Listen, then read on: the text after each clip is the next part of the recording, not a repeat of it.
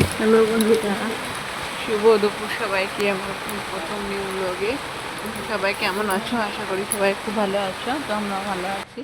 বাইরে খুব বৃষ্টি হচ্ছে। তো আজকে ঘরে তেমন কোনো সবজি ছিল না, তাই তোমরা দাদাভাইকে বললাম দুখানা কাঁচকলা আছে, তাই দিয়ে টমেটো দিয়ে খিচুড়ি করা যাক। বললো ঠিক আছে। তো তোমার দাদাভাই খিচুড়িটা করলো, বললাম তুমি করো, ভালো পারে। তো দেখো এখন সিদ্ধ প্রায় হয়ে গেছে, জল দিয়ে দিয়েছে, লবণ হলুদ কাঁচা লঙ্কা দিয়ে দিয়েছে। ঘরে কোনো সবজি নেই গো। ওই খিচুড়ি এই প্রথম আলু ছাড়া যায়, সেই প্রথম খেলাম। গুজরাটে আছি আমরা, মানে দাদাভাইয়ের সঙ্গে এসেছি, বেশ কয়েকদিন হয়েছে। তো এখানে বাজার অনেক দূরে, টাকা থাকলেও বাজারে যাওয়া সম্ভব হয় না সবসময়, কাজের মধ্যে থাকতে কী করে যাবে। এবার সেই কারণে আজকে ঘরে তেমন কিছুই ছিল না, আজকে বাজারে যেতে হবে।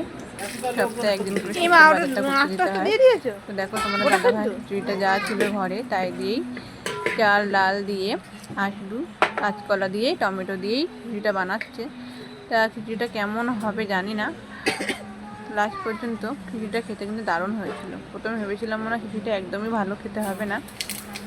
আমাদের কলকাতায় যেমন হাতে লাগালে আমরা সব কিছু পেয়ে যাই, ঠিক আছে, তো সব জায়গায় টাকা থাকলে সব কিছু পাওয়া যায় না, এটা এখানে বুঝতে পারছি। যেটা এই প্রথমবার এই অভিজ্ঞতা ফিল করলাম, মানে এরকম পরিস্থিতি করতে হবে যে মানে কী বলবো, কাঁচকলা দিয়ে খিচুড়ি বানিয়ে খেতে হবে, এটা কখনোই আমি ভাবিনি।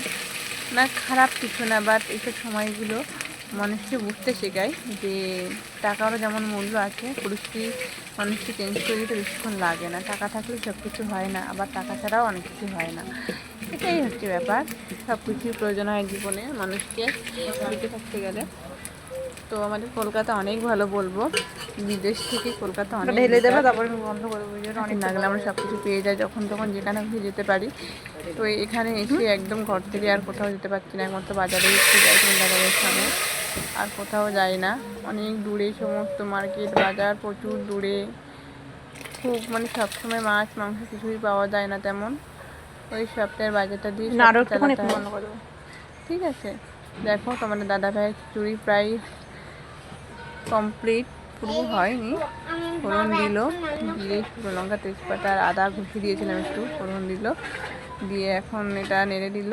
দেখো ফাইনালি দারুণ খেতে হয়েছিল, মানে কি বলবো, সত্যি কাঁচকলা দিয়ে এত টেস্টি হবে আমি তো ভেবেছিলাম, মানে কাঁচকলা দিয়ে খিচুড়িটা বানাচ্ছি রঙটা হয়তো কালো হয়ে আসবে, কিন্তু না, দেখো খিচুড়ি রঙটা কিন্তু কালো হয়নি, কারণ আমি কাঁচকলাটা হলুদ দিয়ে মাখিয়ে ভালো করে ধুয়ে নিয়েছিলাম, ওই জন্য।